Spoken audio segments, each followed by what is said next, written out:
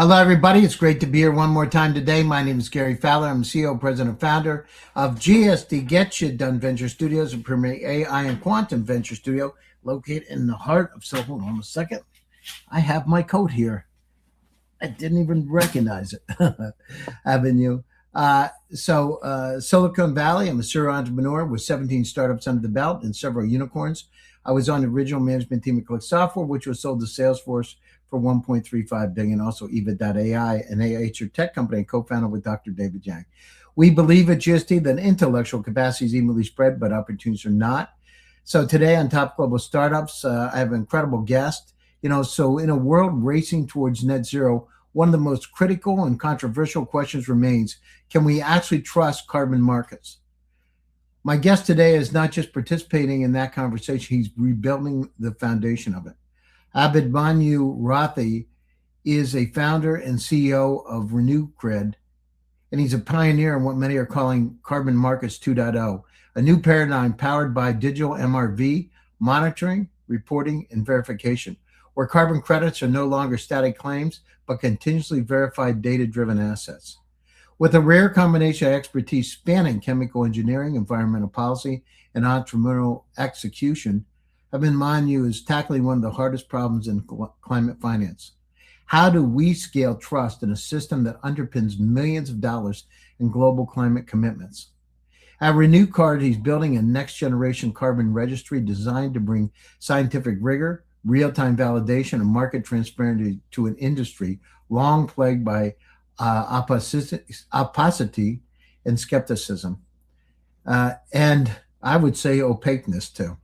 So today we're going beyond the headlines into an architecture of trust, the economics of carbon, and the future of programmable climate assets. So with that, I'd like to bring him on board. Hello, how are you today?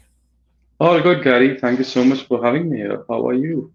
Good. So, let's go down through it. So there's a lot of challenges in the carbon markets. And, carbon markets have faced significant criticism around credibility and phantom credits. I hear this a lot, right? Things are moving around. So from your perspective, what fundamentally broke in carbon markets 1.0 and was its failure? Was it a failure of science, incentives, or infrastructure? Actually, all three coming together. So the way I look at it is there were four failures. The first failure was there was, like you rightly pointed out, no transparency in the market. Everything is manually driven. The verification manually happen. Suppose you set up a forest, there's somebody who goes to the ground and counts the number of trees instead of using any kind of AI or any kind of robotics for that matter. The second is the nature of credits or the nature of project themselves. Historically, we have relied on nature-based projects, but now the world is shifting towards non-nature-based or more hardcore carbon removal. And third is the incentives in the market. Today, the suppliers or the folks who do good for the planet end up paying a high value, which makes no sense. I'm the one saving the planet, I'm the one paying for it. So that's the problem we are tackling right now. If we think of carbon credits as financial instruments, would you say the industry suffers more from a data problem, a verification problem, or a market design problem, and why? I think it's a verification problem and then the data problem. Like the market design is quite super solid. It's a verification problem, like I just pointed out. Everything is manually driven. Automation is just coming to the game. And then again with automation, these are rural machines or rural systems working with NGOs, working with non-profits. How do you put that automation out there is a struggle. And then collecting that data, creating the fraudulent detection systems, passing that data knowledge to the buyers is another challenge. You're building around that digital MRV, right? As I said, monitoring, reporting, and verification. Can you walk me through what continuous verification actually means at a technical level and how it differs from periodic audits? I mean, everything is going to change to continuous, right? So, it's crazy. We go in to get to our doctors once a year, and if we go in and cancer starts the next day, you've got a whole year before you're checked. It's crazy. We should be continuously monitoring everything, so that we can improve it before it's a problem, right? Can you walk me through what that continuous verification looks like and how it differs from periodic audits that we have in place today? Perfect. So let me take the simplest example of renewable energy or solar energy to be in particular. In the carbon world, 1 ton of CO2 saved by a project is equivalent to one carbon credit. Now, if I have to manually count or manually deliver how many tons of CO2 did a solar project really save, the solar people will keep a log or a register of all the energy or the power that the system generated. Somebody will come to the system, look into the register, look into the paperwork, and they say, hey, probably this person what is saying is correct. And you can see the fallacy over here. Everything is so manually driven. You can tamper around with the units of energy that was really generated. Now, in an automatic world, you can actually get put an IoT or a sensor on the inverters, collect, make an API call on the inverter, collect live verified data, pass it through your ML detection systems, and put the entire data on a transparent blockchain layer. And you can do it at speed. So at RenewCred, we are doing this every 24 hours. So that's the difference between manual versus automatic. So, how do you integrate remote sensing, IoT, AI models, and those scientific baselines into one integrated? The Germans have a phrase, Gestalt, the sum of the parts equal the whole. So, it's a unified system that institutions can trust. Yeah. So there are four things that we do. The first is that we come together with a group of 93 scientists right now. Along with them and other experts, we write the most rigorous algorithms and methodologies to even calculate how many credits really are generated in the first place. And once you have an algorithm, a set of rules, we feed it to our system. The first step is what I just pointed out, collecting that raw data. Then we process the raw data using AI ML fraudulent detection systems. So we check whether the IoTs were tempered around, whether there was some variation in the kind of data that was projected versus what we are getting. And then we finally issue the credit on a blockchain layer. And we have created this system called the Net Zero platform. And this, like I said, happens very live every 24 hours. So it's science with technology that comes together to issue the credits. So, is the digital MRV ultimately about reducing uncertainty, or is it about making uncertainty measurable and tradable? It's about the latter, making uncertainty measurable and tradable, but also at the same time removing the complexity behind uncertainty, allowing the buyer of this credit, which is a quasi-financial instrument, understand what are the uncertainties, what are they getting into, and what is the probability of that uncertainty not being uncertainty in the first place. So that's what MD is all about. If we look forward 5 to 10 years, do you see carbon credits evolving into a fully financialized asset class similar to commodities? Because that's what we've been trying to do for a long time, right? Yeah, And yeah. there's been a lot of BS around it, or even derivatives. What do you think? I think it will, because of the same prime reason that there is no other alternative. The opposite. So, carbon credits is nothing but offsetting. The opposite to this is insetting, where you reduce your own emissions, but that is both resource constraint and monetarily constrained. And the first challenge for the world is to reach what is called equilibrium or net zero. And to do that, the only way to do that, the currency in the carbon world is the carbon market. So it's going to flourish, and with automation coming in, with AI coming in, the uncertainties will die down. There will be more trust, more authenticity in the market. And like you have pointed out, it will become a extremely good asset class for even investors to put into, because there's a story along with money to be made here. What role do registries like yours play in enabling liquidity and price discovery, standardization, because it doesn't exist today from these Yeah, fragmented markets worldwide? yeah. See, in the carbon markets world, the prerogative of at what price point do you want to sell the credit is between the supplier and the buyer of the credit. But there are market forces that determine what are the transaction volumes and at what price are these transacted. Very typical to any share market. But unlike a share market, like I said, the supplier can sell the same credit at $10 and same credit at $100 to two different parties, like the same stock of credit. And the second thing is, unlike a share market, the credit retires. There's a termination to the credit that happens. So as a registry, we don't play a major role in price discovery. The only role we play is in letting the buyer know what is the quality of the credit, how good a credit it is. And then the buyers can determine their own prices. Do you believe Chiron will come programmable asset where credits update dynamically based on real time? I mean, that's the way it should be, right? It should be, Yeah. data comes in, we understand what the price is. It's kind of like the stock market. It updates all the time, and you know what you're going to buy it at, where you can sell it at. Yeah, it's typical demand and supply. So look at carbon removal credits, which actually remove CO2 from the atmosphere. Their prices have almost 2x in the last couple of years. Whereas renewable energy, it is nothing but avoidance. You're not really pulling out CO2. Its prices have crashed. They're transacting at just half a cent to $1 right now. The market forces determine its pure demand and supply. One of the biggest challenges in aligning incentives between developers, verifiers, and buyers. How do you design a system where truth is economically rewarded and manipulation is penalized in real time? Yeah. Two things over there. One is we flip around the incentive structure and cost structure. So we asked ourselves the question, who really should be paying to enter the market and who is the one deriving value out of it?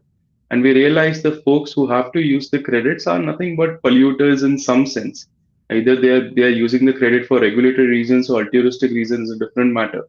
So we ask them to pay for the credits rather than the suppliers. And second is ensuring there is no conflict of interest.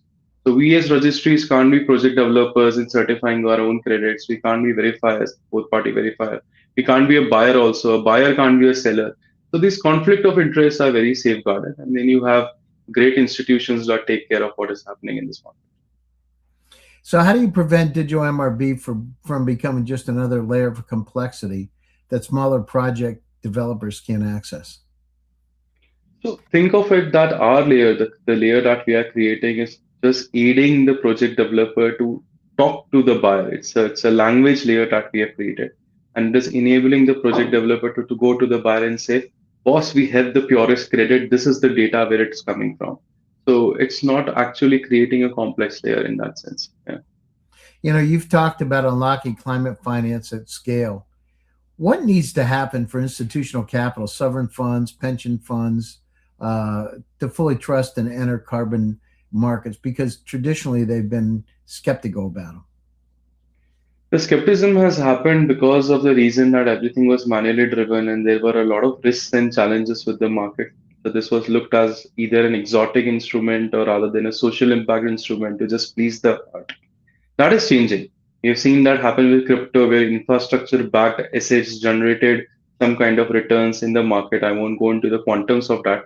And the same thing is happening in the carbon market. But the good advantage is these are real world infrastructure projects, which are now being provided by real world automated data. So you have data, you have infrastructure. The only thing that can happen is now trading between the two of this. It's quite logical to me, right? So do you really see these carbon markets changing Abhimanyu from becoming a core pillar of global financial infrastructure, and people really take it seriously, or does it still remain a niche sustainability mechanism? Numbers are changing. The numbers are changing very fast. The market is growing at a CAGR of about 25 to 30% right now, depending on the report you read. It's already reached the voluntary carbon market has reached a number of about $4.2 billion when I last checked. There are more entities. The number of entities tracked by something called a Science-Based Target Initiative has almost risen by 6x over the last 4 years. So it's already on its path of becoming an accepted norm, accepted currency into the market as far as climate change is concerned. And companies are waking up to the realization that they have to fight it. They can't prevent, they can't say "Hey, climate is BS, we don't want to get into it." And the only way to do that is through carbon markets. So, yeah, things are changing. What are the biggest challenges you have today? A couple of them. The one is that the folks who are doing good for the planet, the project developers, they don't realize the nuances of the carbon market, and for them to be onboarded into the entire mechanism still remains to be a challenge. Because a lot of these, like earlier said, are non-profits, these are standalone developers, these are smaller startups, which are doing amazing work, but they just don't know how to take the advantage of the market. And the second challenge is more awareness on the buyer side. A lot of buying activity of carbon credit is still restricted to the global north. Global south is not picked up in buying as far as credit is concerned. So both demand and supply need to pick up right now. So, at its core, carbon credit is a counterfactual claim. What would have happened without intervention? How do you rigorously prove a counterfactual in a way that is scientifically defensible and economically tradable? I mean, because you're going to want, in order for them to understand that it's real. Yeah, I like it. So that's one of the things that I previously pointed out. There are two kinds of projects. One are nature-based and non-nature-based. At least at RenewCred, we work with non-nature-based credits. Now, what are non-nature-based? These are projects that have a machine part related to it. So there's a manual intervention in these climate change projects. To take, for example, biochar, carbon capture, methane reduction, solar. Now, what is the advantage of working with these kind of projects is these are assets for us and we get live data, which we relay it back to the buyers of the credit. And that is why a lot of these factual errors, a lot of these verification cycles, a lot of this data losses, a lot of this mistrust in the market is negated by our systems right now. So, like I said, times are changing quite fast. So here's a question for you. Are we fundamentally trying to measure carbon, or are we actually trying to measure human intent and behavior change disguised as carbon outcomes? Actually, trying to measure carbon. Yeah, your intent could be to become the president of US, but you might not end up being. So there's no payment for the intent. You're actually trying to measure how much carbon you really saved, reduced, or removed from the atmosphere. Yeah. Does the concept of additionality break down in a world of continuous data where baseline conditions are constantly shifting? Sometimes they do. And I will And tell you why they do. what I'm saying, right? I mean, this thing changes. It's like sometimes it's like shooting a dart with your blindfold on. Yeah. So the answer then I would say is yes, they do. And I will do because see, in the most layman terms, additionality is that the revenue out of carbon credits should have made the project viable. But in certain cases where you're doing an innovative work and you're doing something that is on the edge, something that is being experimented for the first time, the cash flows won't support this argument. You're raising capital with the hope that you will make money someday. And that's where a lot of climate projects are with related to carbon capture and direct air capture. Now, would you say that they're not doing good stuff? Would you say they're not saving the world? Would you say they are not eligible for carbon credit? Makes no sense sometimes. So it's a dynamic word in itself. You need to take it on the face value on a project to project basis and then decide how to apply additionality to it. So, in a fully digitized MRV system, where does the last mile of truth still break? Is it a sensor accuracy, the model bias, or governance? It's the central accuracy. Everything about carbon markets is all about accuracy. Like at RenewCred, we say that we will deliver you data within 24 hours, or the credit is free. Very much like Domino's says that you get your pizza in 30 minutes, or the pizza is free. It's all about accuracy. It's all about correction of the model. It's all about trust with the buyer, with vis-a-vis the accuracy. You know, these AI models are interpreting environmental data. How do you prevent the system from becoming a black box of trust layered on top of another black box? That's an interesting question. I think a lot of data is being fed based on a lot of laboratory work that already happens. So, as far as life cycle analysis, the life cycle analysis, the total calculation of the emissions per project while the project was being set up is done, or something like deciding the baseline also. It's all a lot of manual operational work, not just dependent on AI. And then we put in this what are called emission factors into the system and let the system decide what is the calculation of the carbon credit. So it's not a black box on black box really right now. Will it turn out to be later? Would AI consume a lot of power itself to beat the entire argument of emissions created? Time will tell. You never know.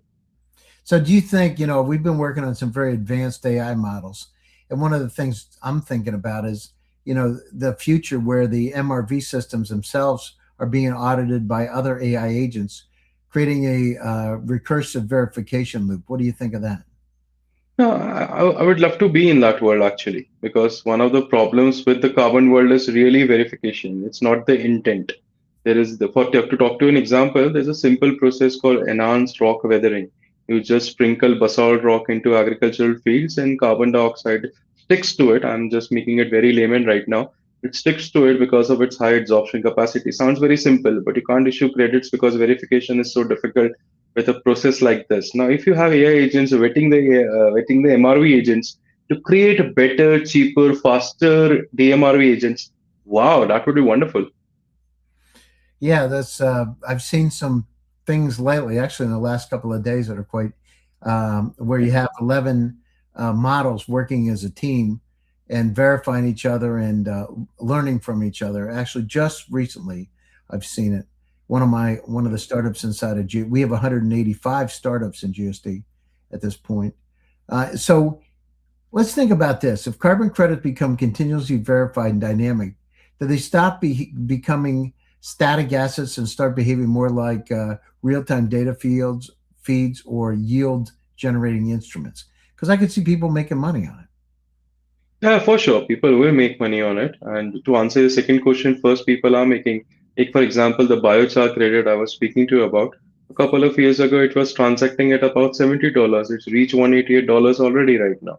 But yeah, to answer your first question, it is becoming dynamic data play right now. That's again where modern day registries, the tech-enabled registries are and should be, because fundamentally that's how transactions happen in the market. So yeah. So, when I'm looking at this, I see energy or weather derivatives. Do you see the emergence of carbon derivatives tied to volatility and environmental performance, similar to energy or weather? Short answer, yes. There have been a couple of experimentations also around this in the past. There were a lot of DeFi platforms that came up. The only struggle over there is when these DeFi buyers buy these tokens, they take out the narrative of the climate change completely out of the equation. So they're not buying to save the planet, they're buying to actually make money out of it. But how do you continue registering the fact that hey, this money needs to go into climate change projects for the sake of climate, not just to make a financial upside out of it? And then, Well, like I said, these credit also need to retire, so that's needs to be taken care and of. that's the other thing. You got to tokenize goodness, right? Good behavior. You got to reward people. We forget about that sometimes, right? This is Yeah. not rocket science. As your kid, you do something right, your parents reward you. That's the same thing we got to do. We forget about, keeping it simple. So what would it take for carbon credits to be accepted as balance sheet grade assets by major institutions? The very simplicity and the very fact, very instantaneously letting them know that this is a balance sheet integrated asset.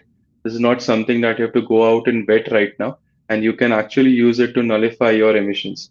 Right now, the entire thing takes up, the due diligence takes up anywhere from 9 months to a couple of years. It is not a balance sheet argument at the current stage. If you can do that, yes, that will become that. Let's think about game theory and incentives. How do you design a system where the optimal strategy for every participant is to tell the truth, even when billions of dollars are at stake? Ah, that is by ensuring that there is no amount of corruption or there is no data blackness in the entire loop right now. I'll put it that way. By ensuring there are cross and balances, by ensuring there are conflicts of interest. So yeah, data blackness, cross and balances. Yeah. Do you think the fraud in carbon markets today is primarily malicious, or is an emergent property of poorly aligned incentives? Primarily malicious. There's no poorly aligned incentives over it. It was completely malicious. These projects, because they can't be verified by somebody, an American project can't be verified by somebody sitting in India manually. So there's money to be made, and it was made. Yeah. Do you think the digital MRV unintentionally creates perverse incentives where actors optimize for what is measurable rather than what is meaningful? We just talked about it a little bit. What do you think? No, not really, because the digital MRV is not only set up by the project developers. The registries are the ones that safeguarding the market flow right now, and they actually vet the MRVs. And in the vetting process, all these conflicts are taken care of. Yeah. Do you worry about a future where developed nations control the verification infrastructure while emerging markets supply the carbon assets? I don't think so. Today, a country like India produces 17% of the carbon credits already, and Global South is picking up. It's already picked up quite a lot. No, Do you think carbon markets are going to become a new geopolitical lever where it's uh, similar to energy markets today? for sure, it has to be energy. The good thing about energy, you can't regulate it. You can't pass a law and say, hey, from today, please produce X amount of energy. It's the same with climate change. You can't pass a law and say, from tomorrow, climate change won't be there. So it will become an asset. Yeah, it's interesting. As we move to the world of physical AI, where we've got autonomous systems, smart infrastructure, robots, do you see carbon measurement becoming embedded at the machine level? It is, and that's exactly what we do at RenewCred. So yeah, obviously, yes. Do you think factories, vehicles, supply chains eventually become a separate self reporting carbon node in a global network? It is, and the initial steps have already been taken, what are called GHG accounting measures. Europe has a tax called CBAM. It is moving towards there. India has just announced its CCTS. So yes, it's happening already. So if we perfectly solve measurement and trust, does the problem shift from is this real to is this enough? The problem shift is it high quality? Either real or enough. Real will be certified, enough will never be enough. Is it high quality or not will be the question. Yeah, it's interesting. I've been involved in climate and weather since the early '90s. So I've seen a Ah, lot of things, and we talk about global warming, and I've written quite a bit. I mean, you think about this, right? We don't understand the kind of impact things are going to have on our planet. Let's take it out of Mahi so my guests understand. So, um, you know, we've got so many challenges in front of us. We've got global warming. The average temperatures around the world, the average sea levels around the world could be up as much as 25 feet by the end of this century. In fact, New York okay. City is planning on that right now. 25 feet. What happens to places like Mumbai? What happens to the food? What happens to, we start raising the temperatures like that. In fact, if we talk about climate change, let's talk about some things that have already happened. Back in the summer of 1816, there was an explosion in Mount Tambor, Indonesia, 1815 actually. Explosion in Mount Tambor, Indonesia that sent volcanic gas around the world. It actually created a nuclear winter. So around the world, it actually was snowing in places like New York City in July. And Yeah. what happened is people couldn't get their food. Well, they started to eat all the animals because they couldn't have any crops. What happens the next year when there are no animals?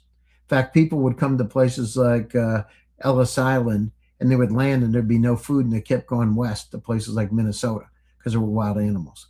We don't we're we don't understand how important it is for us to be able to go down through and help each other. I mean, by 2050, you have to double the food supply and it can't increase the number of cattle because 26% of the pollution is methane gas from cows. We need more plant-based protein. We better start working together because nothing good's going to happen. It's interesting.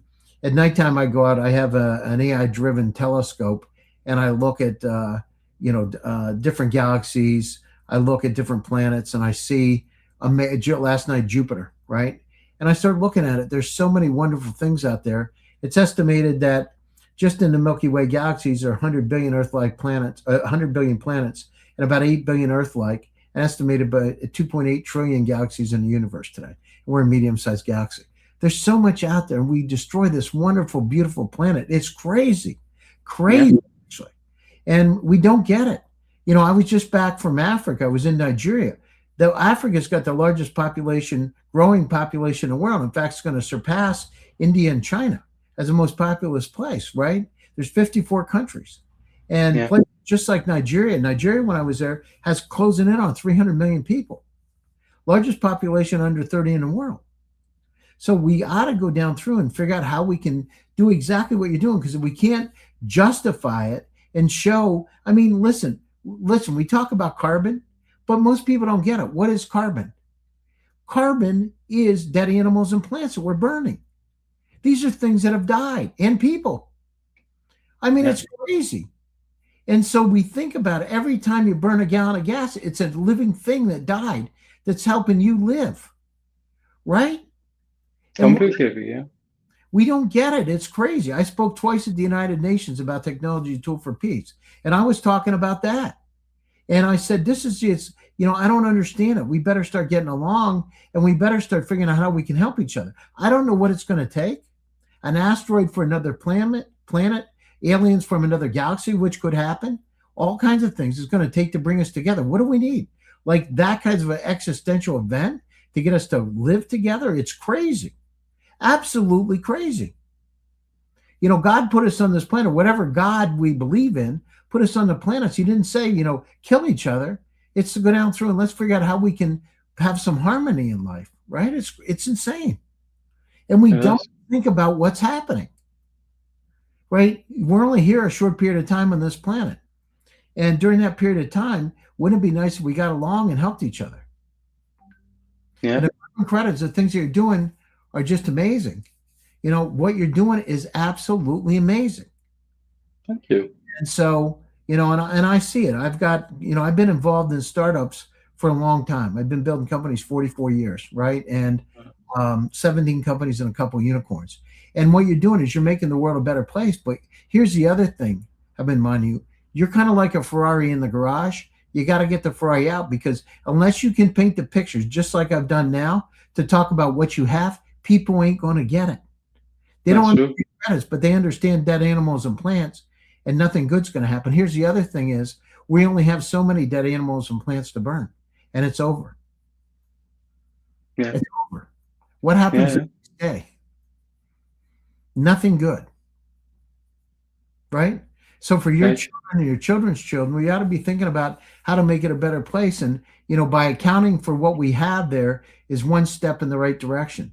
So listen, we're coming up to the top of the show. I appreciate you joining. If you want to stay on for a few minutes afterwards, we're happy to talk. Closing thoughts, and how do people get a hold of you? How do people get hold of me first? I'm available on LinkedIn, Abhimanyu Rathi. You can email me as well, ar@renewcred.com, 24/7, whatever time zone you are. We are a group of about 93 active scientists also that we work with. Happy to help you in any capacity possible in any part of the globe you are. You're experimenting something, you're thinking about a climate project, you want to validate something, please pick up the phone, pick up the computer, and just shoot us a message. Closing thoughts: there's a lot of wrong that needs to be corrected in the world, and we as humans have the capacity to do that. We are entrepreneurs at our heart, entrepreneurs, poets, or authors. So just go out, build out there. You might learn something, you might build something, you might burn something. Don't be afraid about it. Just build and save the planet. It's the only one we have right now. Yeah, well, that's my friend Elon Musk is trying to get us to Mars. But I don't know about you, but when I see pictures of Mars, it's not one of the places where I can think of my top 10 list that I want to visit. Yeah. I mean, we're trying to go from the bad to worse. Anyhow, thanks for taking time out of your busy schedule. I appreciate it. And thanks to all of you for joining one more time. GSD presents Top Global Startups. My name is Gary Fowler, and I'm your host. Stay happy, stay safe, and stay healthy. And I'll be back again soon with another exciting edition.